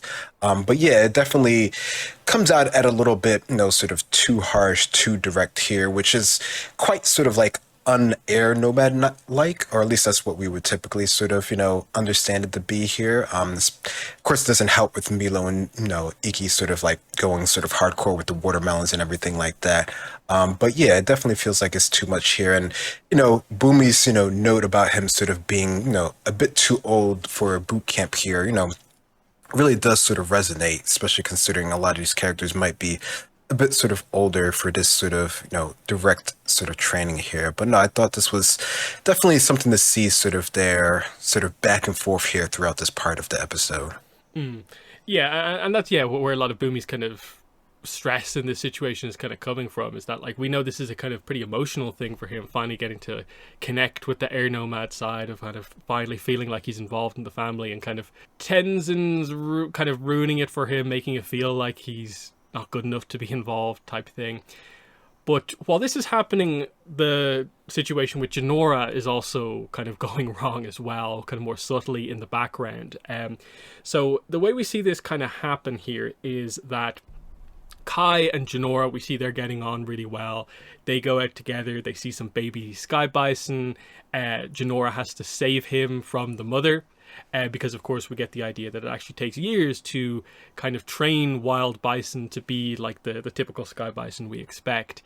And so we have a discussion then about like how Kai praises Jinora, like, you're really good, why don't you have your tattoos yet? Jinora brings up that it's been discussed, but Tenzin doesn't think that she's ready, and she disagrees with this because basically he still is overly thinking of her as just a kid, even though she's the most advanced kind of other airbender out there. So this then starts the idea of like, okay, he's trying to maybe incorporate the others a bit more into the training, and she gives pieces of advice like, hey, you're going a bit too overboard here, but he kind of just disregards what she says. And this happens like at each of these situations, like after the first balancing test, at the obstacle course, and then eventually it does build up to like oh, you're just not listening to me at all. I'm not going to listen to you, basically. And so we kind of do get both of them storming off, like the two, Boomy and Janora storming off, kind of happen back to back to back. With it really coming to a head when she asks about the tattoos. He refuses again, saying that you're just a little girl. She speaks her mind, kind of really going in on him of like, I'm just as good as you are. I know all this stuff really well. Like, I'm more spiritual than you are. And she runs off. He kind of initially interprets this as like, oh, is Kai just being a bad influence on her? But actually, he does need to change his mindset when it comes to Janora because of how skilled she is. And this, I guess, unfortunately for the recruits, leaves Milo in charge, and he goes full crazy. But what are your thoughts on the Janora plot up to this point where she runs? Yeah, this is very interesting to see this sort of build up over the course of this, I guess the first half of the episode, because she, we can see that she's skilled. Like, she has pretty much all of the abilities that, we can see that Tenzin has displayed for the most part. Maybe there's a difference in sort of power or strength or anything like that, but that's really just sort of an age thing maybe. And, we do know Janora, as Kai mentions, she has other techniques that Tenzin doesn't have, especially with her connection to the spirits here. So I think there's, valid reasons for Janora to sort of be, a bit sort of upset, especially when all of her advice, like you said, it sort of gets ignored here, which, I think is pretty valid. I think, if Tenzin were able to, at this point, to sort of step back, you could see that he probably was pushing them a little bit too far, but he's still too sort of like invested in getting them sort of ingratiated in sort of the air nomad culture and understanding airbending and everything like that. So it's a bit sort of too much for him to sort of get it at this point in time here. So I think, Janora is kind of justified in her sort of being upset at this point in time, even without sort of the extra nudge from Kai. So yeah, at this point, like when Janora goes off, Kai follows, they get taken by poachers. This then leads to the next important Tenzin scene, which is him struggling to meditate over, kind of still in his head thinking that like, no, I'm right, like they were wrong to run off on me. When Pema comes in, so his wife comes in, and he thinks that he's failed, like this thing that he's always wanted, it's going super wrong, he just can't handle the training properly. And then he gets kind of the ideal perspective here from Pema, kind of pulling back the curtain and being like, hey, here's how I felt as someone who obviously was not an air nomad originally. I became an air acolyte. I made this big change in my life to be a part of this. I wanted to do it, but it was still a giant change that was very difficult to handle when it all happened at once. You need to be patient with everyone here. You need to accept that that's the case and not push like too hard, but also don't kind of bore them to death with just the story of a guy who meditated for 100 days.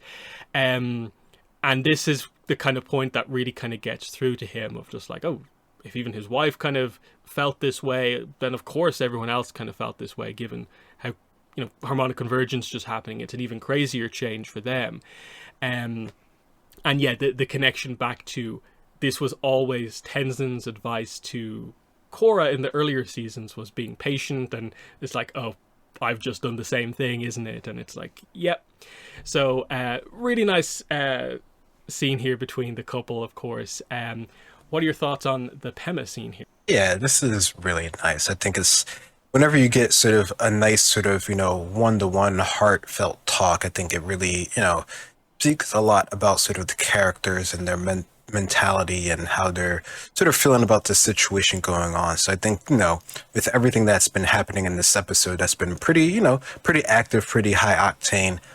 It's nice to have a moment to sort of, sit and reflect. I think that feels, pretty like on par with air nomad culture. So it's nice that they have that in here, despite Tenzin sort of going, overboard with the training. You get to see sort of Tenzin actually try to reflect on things and sort of meditate, and him sort of struggling with meditation. Usually he's so good at it, so the fact that he's having to struggle with it means that he's really sort of upset about the situation that's going on. So no, I thought this was a really good sort of nice heart-to-heart moment here to have Penma sort of speak about her experiences and her actually, wanting to be there, and it was even hard for her here. So these, new people who, they do want to be here, but, they, have other things on their mind and other commitments, and, they're just sort of thrust into the situation. So, maybe some allowances should be afforded them. We get a quick scene then where Tenzin apologizes to Boomy, but Boomy kind of isn't kind of quite ready for it, so it doesn't really fully work. He didn't ask the others, like, where's Janora gone? And we get the kind of fun moment where, like, the idea seems to be that everyone else is like, oh yeah, Janora and Kai, they're dating, like it's her boyfriend, and he's like, wait, what? Which is a fun moment. We then, back with the poachers, we get the very interesting detail that apparently the Queen ate Bosco, along with just, really getting across what they're trying to do. They are trying to hunt the wild bison, and that's the big plot here that we need to kind of avoid, obviously. So we get Kai suggesting, hey, use spirit projection, and this should solve everything. She's too cramped, she's kind of stressed out as well, so she can't really do that. Instead, she talks to the spirits to get one of them to go to speak to Boomju, who of course is with Boomy, to go get help. This works because Boomy, of course, has a strong spiritual connection, and he is the one who's able to actually organize the recruits once he realizes how kind of crazy the situation is. Tenzin's kind of like gone off by himself, so it's left for him to organize the recruits to go after, their fellow kind of teammates here. And it's a really good speech that happens here, because the others are not super confident because of how much of a change this is. They're not sure if they're ready for anything like this, but Boomy brings them together, kind of really bring the kind of like team nation spirit of like, we are airbenders, there's not many of us, they have two of our own, we're going to do this. So this is kind of what I suppose Korra was suggesting that Boomy is capable of doing, and here he is actually doing it. But yeah, what are your thoughts on this kind of sequence of scenes here? Yeah, I think her sort of, I don't know, it's interesting to see sort of how her abilities can work and not work depending on sort of the situation that they're actually in. Because, it seemed like, she would have like a really sort of, good connection in almost any location to be sort of like, project herself and stuff like that. But there are some limits. So I like the idea that they are sort of, I guess you could say like establishing some rules on that. But her just having, such a good connection that she can just sort of bring one to her, despite, before they made note that, they were all gone from the area, and that it felt like, sort of, I guess, an event happened enough that it would, push them away. So the fact that she's able to bring them back to her, I think, is pretty good, cool point to see sort of her abilities, and just sort of the fact that they're able to sort of, work together to at least figure out some way before they have sort of the big rescue and everything. Mm-hmm. And then, yeah, the kind of final sequence of the episode is the kind of big action sequence. So Kai uses his lock-picking skills to get out. Janora wants him to get the other Sky Bison out first, so she is, kept in the van. Everyone kind of charges in at this point. The Airbenders attack. There's some cool stuff here as they... the group is kind of, they're up against is like Earthbenders, kind of primarily kind of bandits. We get some fun moments of like everyone doing airbending together as a team. Daw, who got his head shaved, of course, even though he kind of didn't really want it. It actually comes in handy here, where he's able to sense the net coming and dodge it perfectly and counterattack. And yeah, Milo gets to do some crazy stuff as ever. He's going to be incredible in the future. And yeah, Janora gets taken away by the kind of leader in the van. Kai pursues. This is where Tenzin's out on Oogie, and he kind of follows them as well, wanting to check on what's going on. So yeah, the bison arrive in. They're the ones to stop this happening. Interesting scene here where Kai kind of gets very, very angry because, of course, Janora was put in danger. And Tenzin has to kind of stop him from going overboard with the kind of beatdown here. But it's not treated like hyper seriously, because Tenzin does like say like, okay, like don't go overboard, but your technique was very, very good. So Tenzin praises Kai here, which is nice to see. And yeah, he praises the whole team, Boomy for his leadership. Boomy apologizes for, not being the most helpful at the start of the episode, but that he finally does feel now like he is part of the Air Nation. Can do Aang proud. So it's a nice scene between the brothers here right at the end. We'll get to the Tenzin Jinora scene in just a second, but what are your thoughts on the big kind of like action sequence here come to the end of the episode? Yeah, no, I thought this was cool. It's always fun to get to see, sort of the airbenders in action. I mean, it's cool, from the beginning where we get to see, Boomy sort of rally the troops and get them together. And, that's where you can really get to see sort of his, guess motivational skills and his leadership, which is something that, people sort of always note about Boomy here. So it's cool to get to see them in action here. And even though most of them are quite sort of inexperienced, like most of the attacks are, sort of your typical sort of air blast without any sort of extra finesse.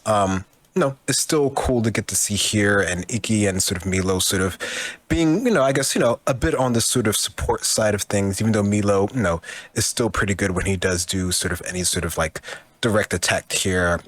I wouldn't be surprised if him and Ikki could sort of like, take out everyone all on their own here, but it's cool to get to see them all, work together again. I think that's really neat to see how they sort of coordinate, since that's something that, in the past we haven't really seen groups of airbenders, right? So it's really neat to get to see that. Mm-hmm. I do wish Jinora had maybe got a bit of a chance to shine on her own, just because to a certain degree, like we never really get to see her, she never really gets her own like major fight. So it would have been cool, but like they kind of more go for the idea that like she's already proven herself, and then her extra skills with regards to like spirituality and stuff like that are the new skills that really get her over the edge. But yeah, that's that. And then final scene is Tenzin apologizes to Jinora. He's happy that she's safe, but he has seen how much she has grown, and he will now consider her getting her tattoos. He's going to think about it. And they kind of note the idea of that, like everyone's growing up, as the baby bison, which the only reason they were like on the ground the whole episode is because in the first few weeks after they're born, they don't fly, and it takes that long for them to get going. And we see that when it does happen, they literally do just kind of like randomly start floating. So kind of cool to see this, to get across the idea that like, oh yeah, like the bison, like they are airbenders. It's not just all about like, because they're so big and powerful, they kind of move their body and they kind of get up into the air. No, they do just float kind of by default because of their airbending. And it's fun to see the baby bison kind of just like flying away with everyone around them.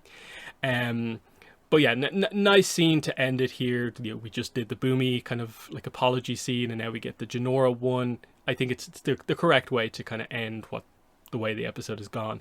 But what are your thoughts on this one? I would agree. That's a great way to sort of capstone the episode by having, the two sort of resolutions that we've had with Tenzin here, and him sort of understanding the position that everyone feels, his brother and sort of Jinora here, and that, things can change, the future is always sort of moving on, and sometimes you have to reflect and sort of understand on that before you can sort of, really sort of get a grasp on things that are going on. So no, I thought that was a great way. And the bison flying, I think that's cool, just to get, sort of the understanding of the animals, like, a lot of that sort of history and how sort of the animals are sort of raised and stuff like that, we don't really know. So it's a nice sort of extra tidbit to actually get here. Mm-hmm.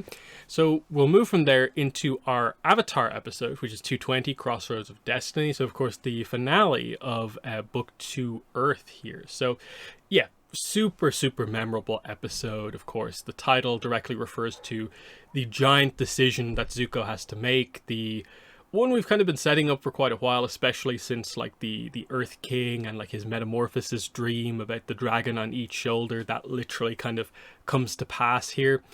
But yeah, it's the conclusion of the Ba Sing Se kind of conspiracy arc as it turns into the Ba Sing Se kind of coup arc, and eventually leading to the fall of the Earth Kingdom. So massive kind of plot point here as we end a season with a loss for our heroes, going into the final season, and just so much stuff happening. Like everything happens in this episode. There's action all over the place. Like the it's so fast paced as you go kind of boom, boom, boom between the episodes and between the scenes. But there's a lot of memorable scenes here. Like Iroh gets to interact with most of Team Avatar. Katara and Zuko have their first like proper conversation in the series, basically. Azula gets to be amazing as we kind of go through this, and just there's a bit of everything in this one. So hugely well-regarded episode. But what are your overall thoughts on Crossroads of Destiny? Yeah, this is a very well-regarded episode. I think, with everything that's sort of built up throughout the whole sort of season, get to see everything sort of play out. I think it's always going to have, a really sort of big impact here.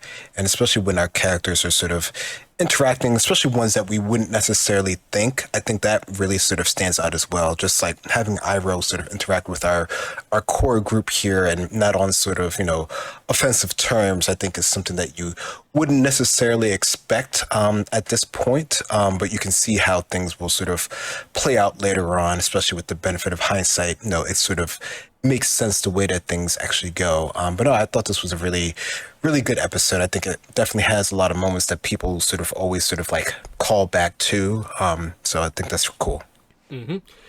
So, yeah, I'm just kind of thinking about how exactly we're going to go through this, because, like, a lot of the early stuff, like the Sokka and Aang immediately find Toph, they kind of interact with her, so that most of the team is back together. I suppose the Azula briefing the Dai Li moment is kind of key, because this is the direct setup for the demise of kind of Long Feng later on, where just straight away, like one speech that she's allowed to give to them ahead of the big coup that's about to happen, this is what gets them on her side, and it's just everything that she's about. Like, no weaknesses, I demand perfect execution, you are responsible for this kind of succeeding or failing, there's only one way that this is going to go. As well as her setting up the idea that she still has to deal with the Avatar, her uncle, and her brother. So there's a lot that Azula has to execute in this episode to make this work, because it ultimately, this is the thing with this episode, is that Azula's success here is the takeaway here. She succeeds where 100 years have failed, in terms of she is the reason they take Ba Sing Se in its entirety. Like, she gets the Dai Li on her side, she gets Zuko to kind of go her way, and she deals with Aang. It's Azula's big success. So, like, that's kind of the thing throughout this whole episode, is that, like, it's Azula at her best, basically, and they show that straight away with this opening scene here with the Dai Li. What are your thoughts on this? And like I said there, Azula as the key point throughout this whole episode. Yeah, I mean, I think this is, one of the reasons why people really like her as a character. It's just her ability, when she's on point at least, to control the situation, to manipulate events, to sort of, get people to work with her, usually through fear. But, regardless, they're still working with her, and she's able to sort of change people's minds and able to sort of, understand, enough about them, or at least, these people, to actually get them to work with her and to work with her over other people. I think that's, very key here, because, I'm sure they've known Long Fei for quite a long while, but obviously there's something different in her presence, as she makes note in her, speech when she finally confronts him, about why she thinks, at least, that she's, the one who should be in charge here. So no, I like that, at the start here, you can see that things are going to turn out not quite the way that Long Feng wants, even though he thinks he has his own plans in store here. Mm-hmm. So yeah, after this scene, Aang meets with the king. The king doesn't really know what's happened to Katara, so that's just like moving the plot along. We find out Zuko is actually I skipped a little bit here. Yeah, the next big scene that we build up to is definitely when this is how she deals with Iroh and Zuko. So they've been asked to come to the palace to serve tea to the king, but Azula is the one who comes out there with the Dai Li straight away. Now, Iroh is actually able to give them a chance to escape here by demonstrating his kind of signature move here, the Breath of Fire, which is very cool.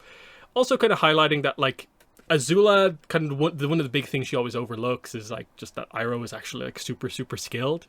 It's kind of interesting in that, like, she's the really talented one among her siblings, and, like, it's kind of Iroh kind of between him and Ozai to a certain degree, but she just does not see him in that way at all. So she kind of allows this to happen. It's kind of one of the few mistakes she makes in this episode.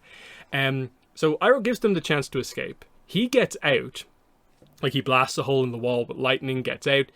But Zuko just turns around and is like, I'm fighting Azula right now. So the whole giant change we saw Zuko go through a few episodes ago, it sort of begins to fall away at this point, where it's like, oh, this is classic Zuko, isn't it? Just immediately wanting to take out Azula straight away.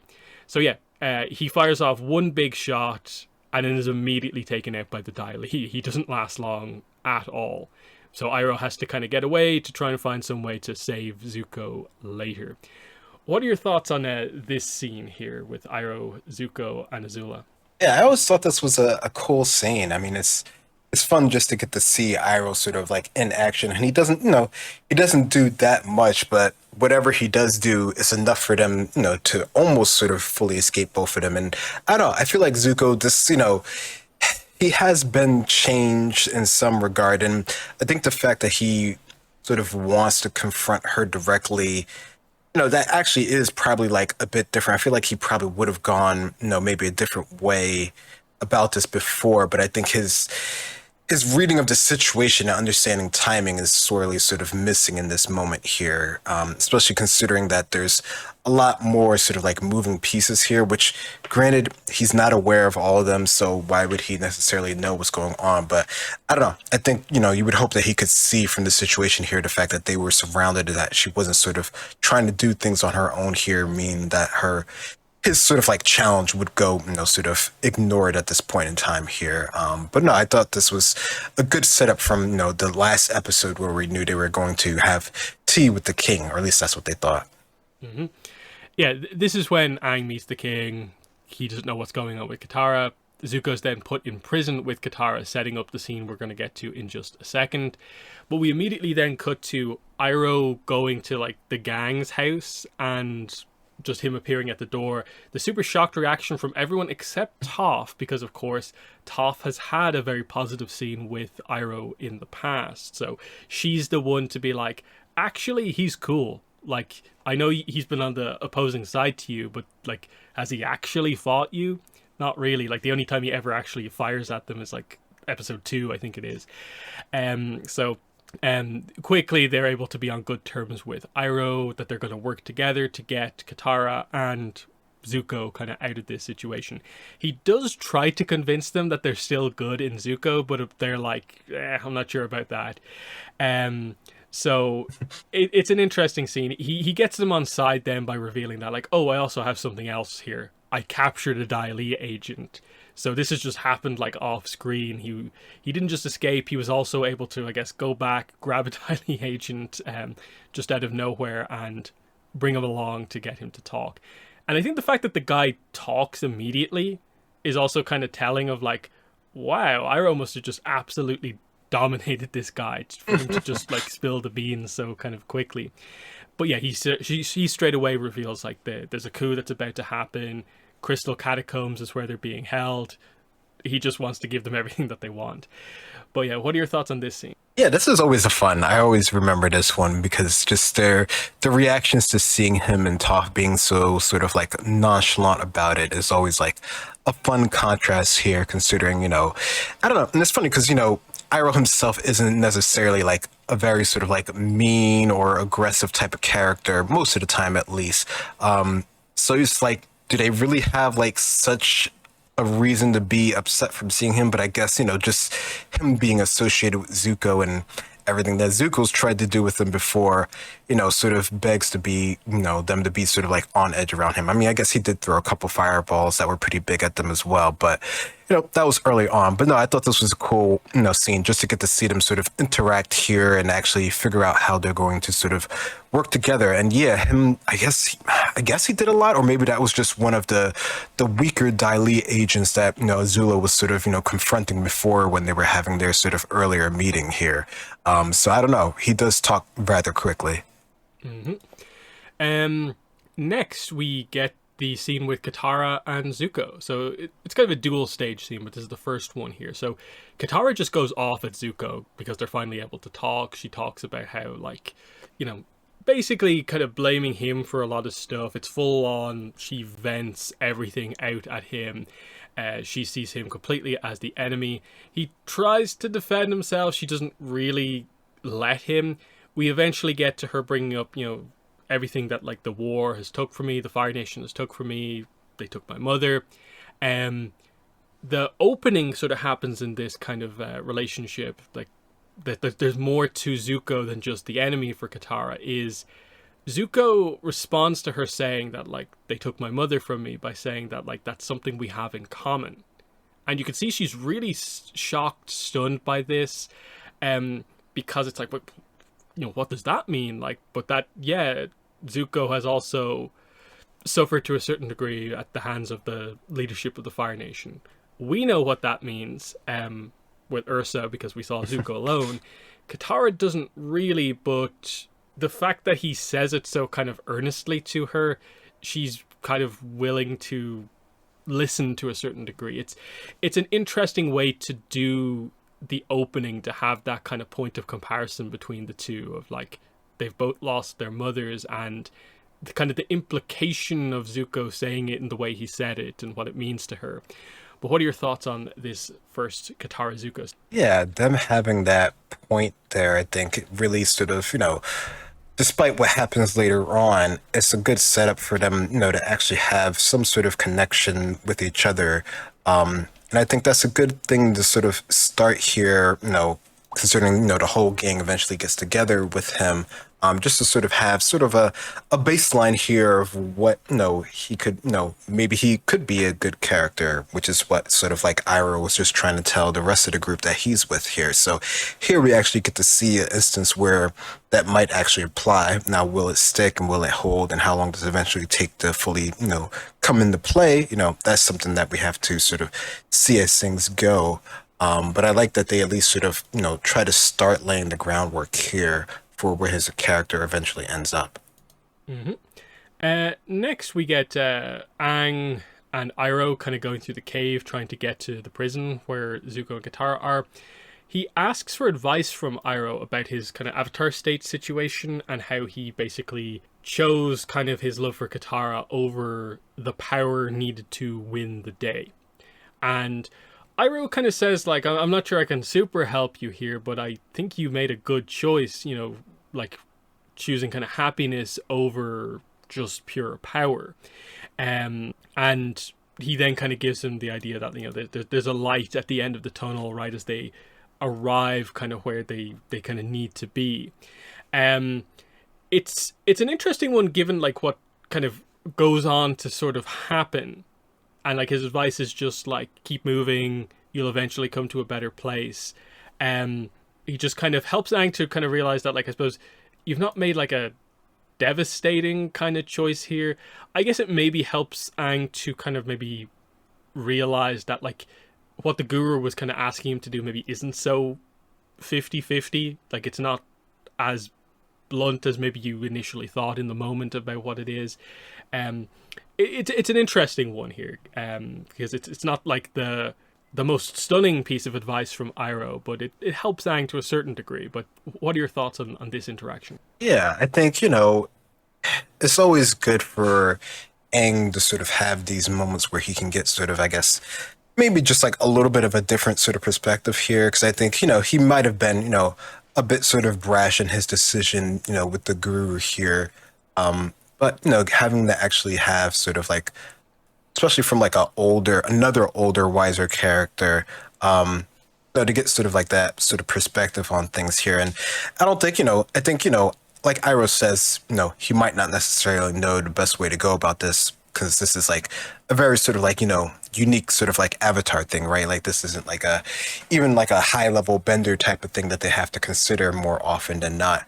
But for, Aang to sort of, I guess, sort of contemplate with the situation, at least it gives him some time to think about it, and eventually, his decision that he makes about the situation for what he has to do in the moment. Next scene is we see basically Sokka and Toph witness the coup kind of happening. The Council of Five, we see them all get taken down. They rush to warn the king, but this is where they get the reveal of, hey, the Kyoshi warriors were actually Mei, Ty Lee, and Azula. They fight initially, but then Azula just steps in as just like, hey, I'm ending this right now. Stop fighting or I'll kill the king. So that is basically what takes Toph out of the fight. That's like a major player in especially the environment where the big fight's actually taking place. This is a key point in terms of like, yeah, we might not have a chance here with Toph out of action at this point. Immediately, Long Feng walks in and is just like, you've basically won the day, but I'm now going to take control. But the Dai Li don't listen to him, and this is where Azula just kind of rips him apart, basically, here. This is the you were never even a player moment, as she effectively just highlights that, like, hey, I'm royalty, you're kind of like a nobody who rose to a high position, but anyone, like, in terms of who they're going to follow, is always going to follow the one where, like, power is part of their destiny, and that's not you. That's kind of the point that she gets across here. And it's just, she forces him to not even attempt his kind of counter coup here, because he just realizes that, like, actually she's right. And so Long Feng, who's actually been a pretty cunning villain up to now with the whole, you know, how he manipulated the group with Appa and stuff like that, is just completely taken out of things here by Azula.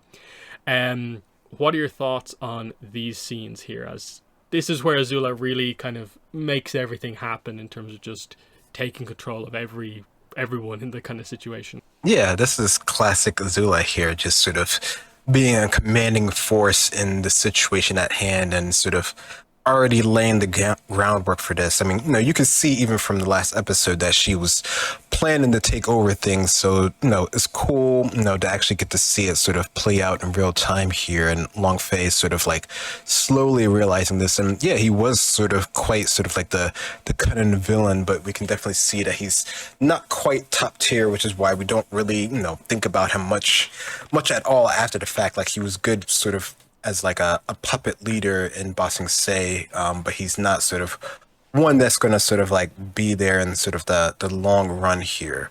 So no, I thought this was really cool, and you know, especially with her, with Azula having, you know, sort of complete control over the Dai Li and how they get into play later on. I think that's really neat to see, and Dai Li is just, you know, they're cool characters, or the idea of their group is pretty interesting overall, even if they have sort of been corrupted over time. Yeah, the Dai Li is interesting as an overall group because, like, the history we have is like, you know, they come from Kyoshi, but their entire history after, I guess, their initial training is just that they side with like corruption at every single point, as far as we're aware. Like, we have like multiple eras examples of it happening, like ATLA, Korra era, even like Roku era. We have a giant incident involving the Dai Li as well from like the RPG that we might see in Roku Book 2, maybe, and so on. But so yeah, they just follow the person they deem the most powerful, basically. But from there, we move on to the next Katara Zuko scene. So Katara apologizes for her kind of yelling at Zuko earlier on. She talks about how she's always seen him as the face of the enemy. Her wording of like specifically focused on like his face makes him think like, oh, it's the scar. That's why you kind of remember and connect it to me. But he realizes that he's now free to choose his own destiny. So that she kind of sees that maybe he is actually changing for the better. She brings up the idea that like, if your kind of scar maybe is one of the things like holding you in the past, maybe I could heal it. Like, I do have this spirit water that I think could do something like heal a big scar like that.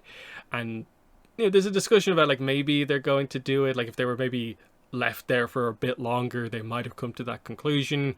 But this is where Aang and everyone else arrives, and so we see some sides kind of formed here, and this idea kind of immediately goes out the window at this point. But it's an interesting thought process because, especially by the end of the episode, you were meant to really think about this as like she might have quote unquote wasted the spirit water here on Zuko when she needed it later to revive Aang from death, basically. So it's an interesting one because that's definitely part of the thought process you're meant to go through. But it's an interesting scene because like this is mostly I think a setup for, you know, later in book 3 when Zuko will rejoin the group. It's the idea of Katara had this moment where she saw some good in him in this moment, and he's about to immediately break that trust that he's developed. So really well constructed within the overall kind of like narrative of the full show, that this becomes a kind of big scene like 15 episodes from now. But what are your thoughts on this Katara Zuko? Yeah, their whole interaction here is a setup for what happens later on, and I think that's really, it's a nice moment here, even if it does sort of turn sour quite quickly after this, because it definitely could play out as like a big sort of what if situation. But I mean, who knows? Maybe if he did get the healing water, maybe he wouldn't have turned sort of, against him, later on in the scene there. So there's a lot of different factors that you could consider going on. But I think, the route that they chose makes, for a lot of impact later on down the line here. But no, I think this was definitely, a moment here to see these two characters who have been pretty at odds and ends for like the whole series up until this point actually have sort of like an actual sort of heart to heart moment here, even if it is very short lived. Yeah, like the what if scenario here is interesting because like, okay, she heals the scar, he is this maybe changed version of himself, but he still theoretically has a scene with Iroh, has a scene with Azula, has to make the choice. Is, a brief interaction with Katara, her healing his scar, a big enough thing to just like commit him to the good decision, and that the water would have kind of won them the day because Zuko makes the correct choice and the fight goes the right way, and that's how it all happens. But then like, you get to the situation of like that would mean like Aang maybe doesn't need to use the Avatar state, and that becomes a plot point, and it's an interesting one. I think clearly the way they go with it is that like you're meant to think about the idea of, because Zuko does make the wrong choice, the spirit water could have been wasted, and what then would have happened is that like we would have had no Avatar, because Aang quote unquote dies in the Avatar state, as we'll get to shortly.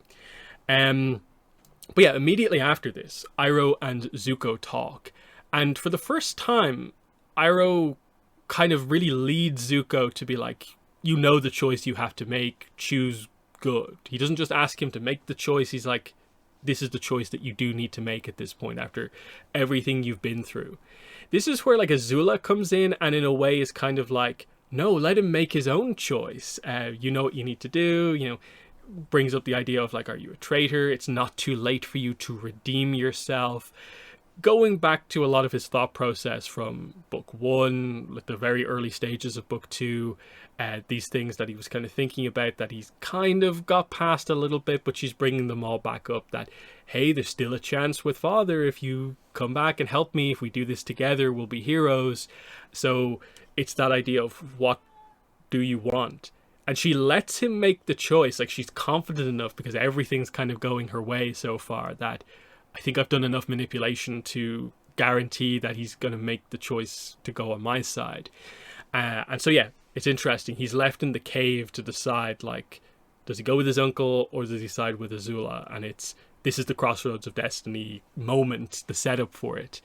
What are your thoughts on this? We finally get our blue dragon, red dragon on the shoulder moment. Yeah, exactly. This is exactly what we get to see here, and Zuko has, an actual hard choice to make here of what he's going to do and how that's going to sort of like affect his future here. And I like that, Iroh for once is actually being sort of like direct with Zuko. Like, I think, at this point, Iroh's thinking is like, you've already gone through all these trials and tribulations that you should, hopefully be able to make the right choice, or what he deems to be sort of the right choice in the situation here. But I think you can see that Zuko is still very sort of conflicted. I think, his sort of, changed idea, his changed sort of being moment might have actually, taken effect, but with the influence of Azula in the situation, he's not quite ready to sort of give up, sort of what he thinks is his rightful place in things. I think, he needed more time in order for that to really sort of like settle in the situation. And I think he just didn't have it at this point in time. Yeah, and then because we know the choice that he makes, it is interesting about like why doesn't he make the right choice here? And it's kind of because I guess he still holds out hope that like the relationship with his father means something to him, whereas like he actually has to be around his father again to I think realize the true like, oh, everything Iroh said about him is kind of true. He needs to Yeah. have that experience there to realize that actually this isn't what I want, because that's the big moment in book 3 is that he comes out of the war meeting, the one that's gone right. He did everything correctly, and it's like, "Ugh, that wasn't me. I know who I am now," and he had to go through all this to make that happen, and that's the big point in all of it. So obviously, if you were in the fandom in or around this time, you know that this was like a devastating choice that Zuko makes here, but it's what makes the book 3 turnaround so impactful. So yeah, how it ends up playing out is that obviously Aang and Katara get into the kind of catacombs here. Azula follows them to attack. And so it's interesting because initially it is just Katara and Aang get to like 2-on-1 Azula and they have the advantage until Zuko arrives and reveals that he has sided with Azula. So it is 2-on-2 now, and they kind of pair off. We get Katara versus Azula, we get Aang versus Zuko, while everything else is kind of going on here. We'll get into talking about the fights kind of as we kind of go through this here, but what are your thoughts on how they go about like having Zuko make his choice, the big moment here? He walks out there, he's kind of separated the fight, and then it's who does he fire the next shot at? What are your thoughts on that? Yeah, and I mean that feels very sort of like classic setup. Like you don't know what he's going to do, but then he chooses what he thinks is the right way to go about sort of setting up the situation here, giving us that sort of moment of uncertainty. So no, I thought that played out pretty well considering it did really feel like he could go almost sort of either way here. But I think I don't know, I think it really seems like he's still like you said before, he's really still holding out hope that, he can be part of the Fire Nation and have everything that he was sort of brought up to actually have at this point. And that's sort of, his mainstay at this point in time. So I guess maybe at this juncture, it's not too surprising that he goes against the group. So the way the fights end up going is that, interestingly, Katara actually has the advantage against Azula in their fight. Aang is doing kind of okay against Zuko, and it more seems to come down to how aggressive Zuko is and Aang being on the defensive, but it's not like it's going particularly one way or the other. This is actually like a pretty okay kind of pairing.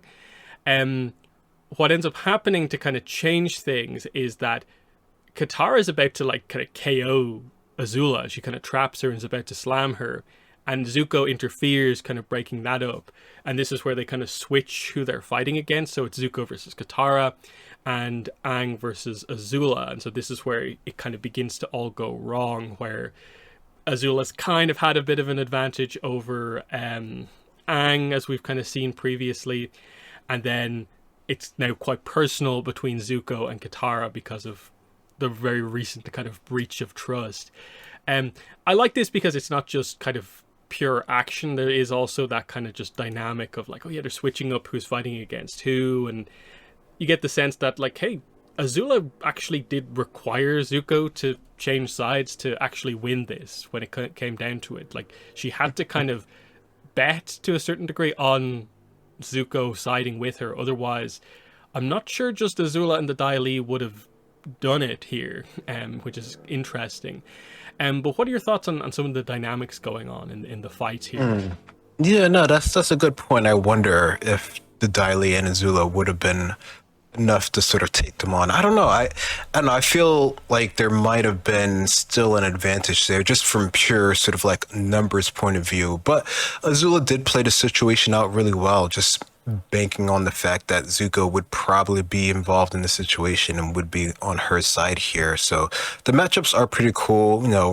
Zuko versus Aang, I think, you can see, I think it's just, like you said before, it's just Zuko sort of being really hyped up in the moment that puts him sort of like on par with Aang, because usually Aang sort of like outclasses him pretty quickly here. And in the end, Aang does sort of get the upper hand on Zuko, especially with that earthbending drop at the end of this here. But I think the fact that, they switched off, after a while in the fight really just flipped things around. Because, yeah, Azula does really seem to be sort of like on point with going against Aang, even with Aang using some of his other sort of, bending abilities here. I think using the earth bending, as you can see here, it definitely didn't help him in this situation. I think that was definitely sort of an unfortunate misplay on his point here, which, I guess it just sort of speaks to his lack of experience in earth bending. Like, it seems like it would be a really good defense, but maybe not using it on the offensive here in this situation was the best play here.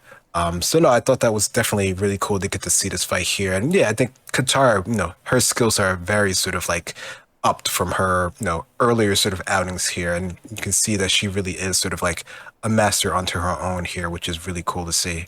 Yeah, it's an interesting point about Aang's earthbending in that it does seem like he kind of doesn't maybe use it as efficiently as he should, in that like multiple times he goes for a big defensive move and it just gets broken through. Even against Zuko, he puts up like a crystal wall and it didn't seem like the right choice. Now, I'm not sure if they're trying to make any sort of a statement on like that, like the defensive properties of the crystals is maybe weaker than if it was like normal rock or something like that, but it doesn't seem like it quite works out in Aang's favor here multiple times. So that's kind of interesting. But yeah, from there, yeah, Azula faces Aang, and this all leads up to, it looks like it's going to be this big, they charge in and who's going to win the collision. But Azula just kind of lets her fire kind of go out in front of her and just absolutely sends Aang kind of flying. He takes like a huge, hard hit. He tries to kind of charge back into the battle, but this is where the Dai Li arrive to kind of turn the fight around again. This is where they create the situation that we were kind of waiting for this whole time, which is that now all of a sudden they are hugely outnumbered. It's not just 2-on-2, it's like 2-on-20, 2-on-30. And each of them are up against way too many people. Katara is like completely surrounded. Aang isn't quite surrounded, but everyone's in front of him. He is at a disadvantage, but he has a bit of space to work with, whereas Katara doesn't. And so here's the choice for Aang. This is exactly the position the kind of guru was talking about. He has a decision here. Does he go over and basically try to save Katara, but the fight probably goes very wrongly? Or like leave Katara to whatever way it'll go with everyone surrounding her and go into the Avatar state while he has the space to work with, and he makes his choice. So, interestingly, here we see him meditate. As far as we're aware, he basically completes the opening of the 7th chakra, he ascends into the sky, the lights come on, and he's about to kind of start fighting, but all of a sudden, Azula hits him with lightning, and he falls from the sky. Katara just about saves him from this like devastating kind of crash into the ground, and everything starts happening at this point. Iroh arrives. This is the only reason Katara is able to get out of there with Aang.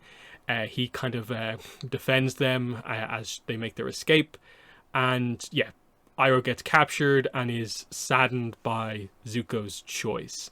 We'll get to what happens afterwards in just a second. But yeah, this is the big moment here. Aang actually makes the right choice. I think a lot of people often forget that, like, it is quite clear in terms of what happens here. The big debate from the last episode, he makes his choice here. The whole process doesn't exactly complete itself, but his thought process was correct. He made the right choice. It's not that he doesn't care about Katara anymore, but he was about to do the right thing. It's just that Azula broke the rules. You don't hit someone when they're powering up. What are your thoughts on this scene? Yeah. I mean, I think that makes Azula, probably one of the the smartest villains that we've seen in quite a long time to not let the hero sort of get the time to get the power up. But yeah, I think, Aang definitely, at this moment in time, he can see that the situation isn't going to favor him and his current sort of abilities and what he needs to do in the situation. So he's willing to put aside, maybe some of his deeper feelings, at least for the moment here, in order to sort of connect with the spirit here. And it definitely, it looks pretty impactful. It definitely, they play it out really well. It goes well with what we've seen before when he was with the guru here. Unfortunately, Azula just has the upper hand in this situation here. And I don't know, maybe Aang didn't know, how would you know exactly how, this sort of situation is going to play out when you're trying to connect to like your strongest inner self? I mean, this is probably why the guru wanted him to do it when he was around and not in sort of a life or death situation here. But unfortunately, that's not how things get to play out here. But it is cool to see Katara is able to sort of come in and sort of save him before the huge fall. And it is a cool moment because you see they kind of definitely go for a little bit of like emotionally empowered water bending, where like the move that she does to kind of like come in on the wave to save Aang is like she only does that because it's like desperation to kind of save his life.